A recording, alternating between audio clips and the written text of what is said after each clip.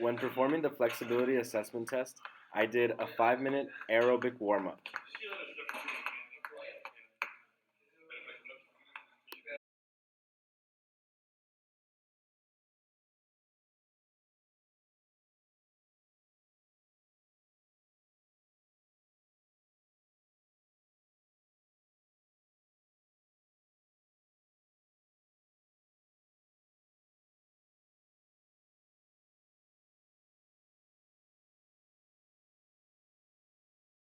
For the Canadian trunk forward flexion test, we assessed hamstring and lower back flexibility.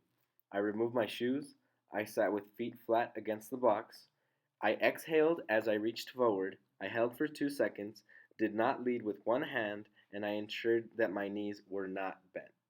This test is scored in centimeters. You should repeat the assessment and take the best of 2 scores. According to this table, I was classified under the fair category.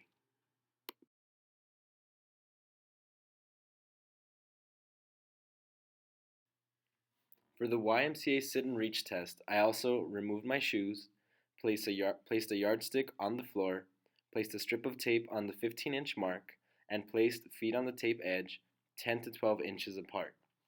I reached forward, exhaled as I reached, and my fingers touched the yardstick. I held for 2 seconds and I again did not lead with one hand and ensured that my knees were not bent. This test is scored in inches, and again you must repeat the assessment and take the best of 2 scores. For this test, I classified in the average category. This test is used to assess flexibility in the lower back and the hamstrings. The chair sit and reach test is geared for older populations. The chair must be 17 inches in height and placed against the wall. There's no need to remove the shoes. You must extend one leg with ankle dorsiflexed. Keep untested leg flat on the floor. Keep head in normal alignment. You must also exhale when reaching forward, hold for 2 seconds, and you need a second person to hold a ruler and assist. This test is scored in inches. The space between the big toe and fingertips as a negative score, and if the fingers go past the big toe, it is counted as a positive score. Touching the toes is scored as 0. Remember to perform the assessment on both legs. This test is also used to assess lower back and hamstring flexibility. The Thomas test is used to assess hip flexor flexibility. You must lie supine, bring leg to the chest. If straight leg remains in contact with mat, hip flexors of that leg are flexible.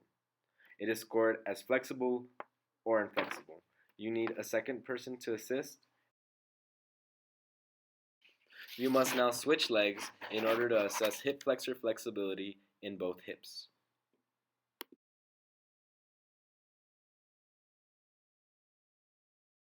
As seen in both demonstrations, I am inflexible. To conclude, each assessment is performed twice, even though in this video I only performed it once in order to provide a demonstration or an example.